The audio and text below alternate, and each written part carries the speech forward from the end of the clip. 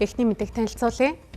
Баянзүрхийн Товчоо орчмын замд 4-р сарын 7-нд 12 настай хүү зам тээврийн осолд орсон. Тэгвэл замын хөдөлгөөний удирдлагын төвөөс хүүгийн дайруулсан явган гарцсан дээр судалгаа хийж гэрлэн дохио суурлуулах боломжтой гэж үздэг байна.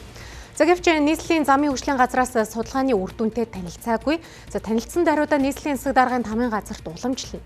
Иймээс хизээ гэрлэн дохио суурлуулахдгийг хэлж мэдэхгүй байна гэж мэдээлэл өглөө.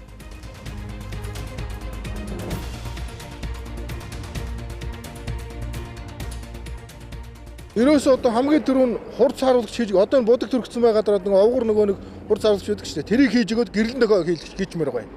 Тэгвэл бас нэг өөр гэрлэн дохио асж байгаа үед нэг жолооч хурдаа аснаа да. За шар боллоо, улаан боллоо. Тэгэхгүй одоо энэ гэрлэн дохиог хурц харуулгач очиж шууд давхиал хүүхдүүд яах юм бэ? За харж байгаа л ингэ гүүж байгаа тэгэнгүүт л мөргөж шít. Өчнөө албан бичиг явуулт нь энэний дагуу шийдэж байгаа газар гэж байхгүй.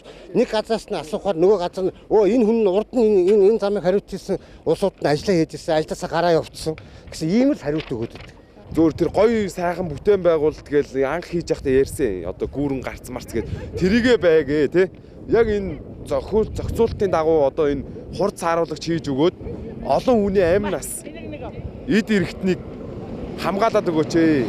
Монгол улсын иргэд чи энэ улстай үн зүйл нь хэрэгтэй юм байгаа зү гэж одоо энэ хариуцсан албан тушаалтнууд төр нийслэлийн одоо авто замын хөгжлийн газар тэр замын цагдаагийн удирдлагын төв одоо энэ тэмдэглэгийг хариуцж байдаг хүмүүсээс нь ажиллаа хийгээч гэж хүсэж байна. Ямар ч байсан хязгаарлагч тавь.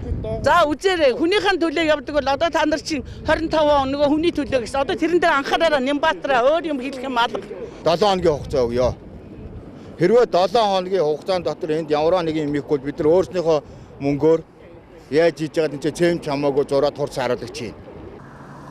Тэдний хувьд 7 хоногийн өмнө асуудлыг шийдэж өгөхийг хүсэж осол ихэр гарч байгаа Баянзүрхийн Товчоо орчмын авто замд жагссан ч асуудал шийдэгдээгүй байна. Уг асуудлыг хариуцсан нийслэлийн замын хөгжлийн газраас харин дараах тайлбарыг өглөө. Тэгээ аль болохоор л яаралтай л шийдэхийг л бодож байна. Та ер нь бол тэгээ гүүрэн гарцыг ямар ч байсан хийлгэе гэсэн тийм саналаа өгöd явж байгаа. Хаана вэ? Тамаа газар та. Түрүүчийн 7 хоногт одоо бид яг нөгөө ажил хэсгийн хурлаараа хэлэлцээд энэ дээр хөрөнгөө яаж шийдэх боломжтой байна тий. Тэр гаргаа яриа явж байгаа. Улаастайн уулзуураас налах хүртэл үргэлжлэх 20.9 км автозамд тогтмол осол гардаг. Тэр дундаа Баянзүрхийн Товчоо орчимд жилд 3-4 хүүхэд зам тээврийн осолд өртсөөр байна. Тухайн автозам нь стандарт бус зураг төслийн алдаатай гэдгийг мэргэжлийн байгууллагын зүгээс хэлсэн. Хөдөлгөөний аюулгүй байдлыг хийслэл хангалтаагүй зураг төслөөр одоо иймэрхүү алдаанууд гарсан сууд түүх нөө эд хөрөнгө болон хүний амнаас эрсдэх одоо эрсдэлтэй. Мэдээж сая бас нэг бага насны хүүхэд бол одоо яг зам тээврийн осолд өртсөн 3 тохиолдолд одоо тээврийн цагдаагийн албанаас хэлсэн. Тэгэхээр тэр хэсэг газар дээр иргэд яаж хэрхэн зорчих уу? Эсрэг талын жолооч нарт цаанаас ирж байгаа одоо зорчигч чөлөөтэй харагдах тэр нөхцөл байдлыг бүрдүүлэх тэр зураг төслийг хийгээгүй байна л гэж үзэж байгаа. Автозам дээр хөдөлгөөний аюулгүй байдлыг хийслэл гэдэг нэг юм шаардлага өөрөө явдаг. Гэтэл налахын зам болон дархны зам дээр хөдөлгөөний аюулгүй байдлыг хийслэл өөрөө хэд хэдэн тохиолдолд алдсан тохиолдод байна. Зураг төслийн алдаатай зам барьснаас болж 126 дугаар сургуулийн сурагчид болон Баянзүрх дүүргийн 11-р хорооны иргэд эрүүл мэндээрээ хохирч байна. Замын алдааг засахыг холбогдох байгууллагуудад 5 жил уламжилсан ч хариу шийдэлгүй өнөөдрийг хүрээд байгаа юм.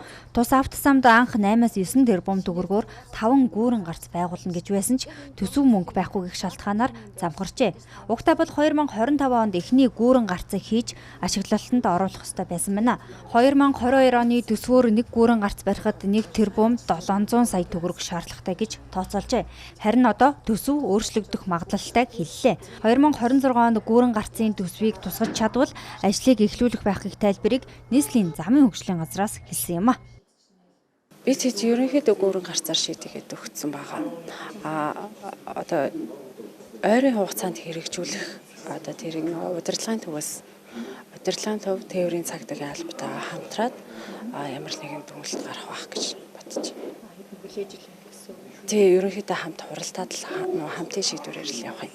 Айл талын оролцоо байгаа болохоор Эзэнээс сурлаж ирсэн.